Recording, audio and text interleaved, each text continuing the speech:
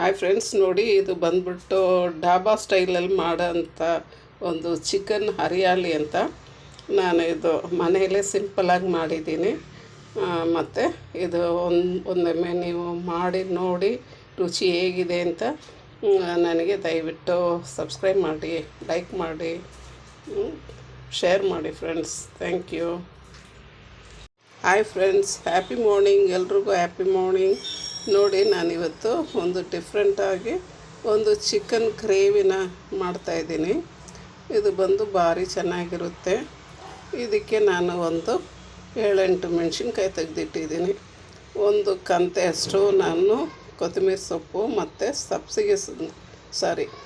ಪುದೀನ ಸೊಪ್ಪು ತೆಗೆದಿಟ್ಟಿದ್ದೀನಿ. ಮತ್ತು ಒಂದು ಟೊಮೆಟೊ ಹಣ್ಣನ್ನ ಕೊಯ್ದಿಟ್ಟಿದ್ದೀನಿ.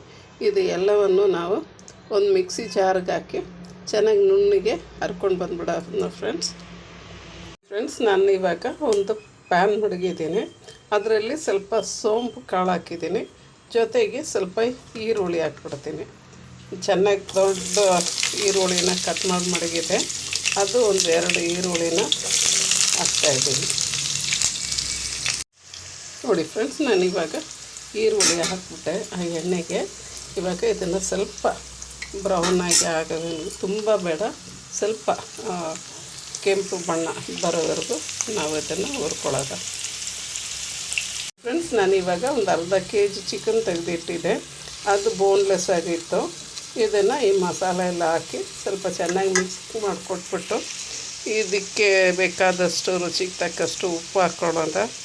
ಮತ್ತು ಇದು ಬೇಯತಕ್ಕಂಥ ಸ್ವಲ್ಪ ನೀರು ಹಾಕಿ ಬೇಯಿಸ್ಕೊಂಡು ಮತ್ತೆ ಇನ್ನೂ ಏನು ಸಾಮಗ್ರಿ ಹಾಕಬೇಕು ಅಂತ ನಾನು ನೋಡ್ತೀನಿ.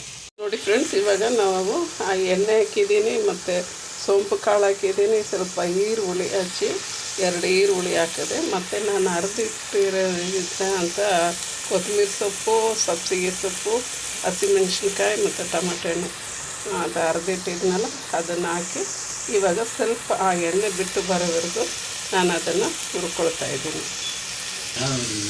ನೋಡಿ, ಇವಾಗ ಇದು ಸ್ವಲ್ಪ ಫ್ರೈ ಆಯಿತು. ನಾನೀಗ ಇದಕ್ಕೆ ಅರಿಶಿಣದ ಪುಡಿ ಹಾಕ್ಕೊಳ್ತಾಯಿದ್ದೀನಿ.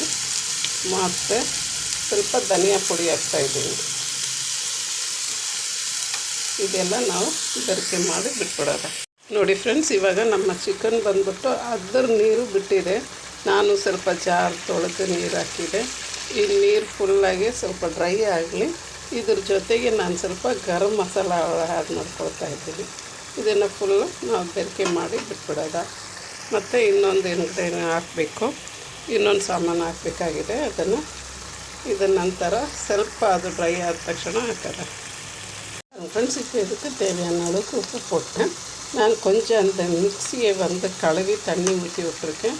இதில் இது வதங்கி வரட்டும், கொஞ்சம் வெந்து வரட்டும்.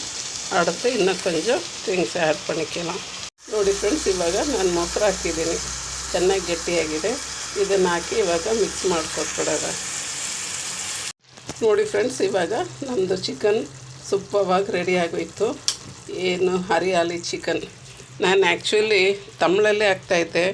ನನಗೆ ಕನ್ನಡದಲ್ಲಿ ಇರೋ ಫ್ರೆಂಡ್ಸ್ ಎಲ್ಲ ಹೇಳ್ತಾಯಿದ್ರು, ನೀವು ಯಾಕೆ ಕನ್ನಡದಲ್ಲಿ ಹಾಕ್ಬಾರ್ದು ಅಂತ. ಆದ್ದರಿಂದ ನಾನು ಇದೇ ಫಸ್ಟಾಗಿ ನಾನು ಕನ್ನಡದಲ್ಲಿ ಹಾಕ್ತಾಯಿದ್ದೀನಿ. ದಯವಿಟ್ಟು ಎಲ್ಲರೂ ನನಗೆ ಹೆಲ್ಪ್ ಮಾಡಿ, ಪ್ಲೀಸ್ ಶೇರ್ ಮಾಡಿ, ಸಬ್ಸ್ಕ್ರೈಬ್ ಮಾಡಿ, ಲೈಕ್ ಮಾಡಿ friends. Thank you for watching friends. Thank you. Hi friends, ನೋಡಿ ಇದು ಬಂದ್ಬಿಟ್ಟು ಡಾಬಾ ಸ್ಟೈಲಲ್ಲಿ ಮಾಡೋಂಥ ಒಂದು ಚಿಕನ್ ಹರಿಯಾಲಿ ಅಂತ. ನಾನು ಇದು ಮನೆಯಲ್ಲೇ ಸಿಂಪಲಾಗಿ ಮಾಡಿದ್ದೀನಿ.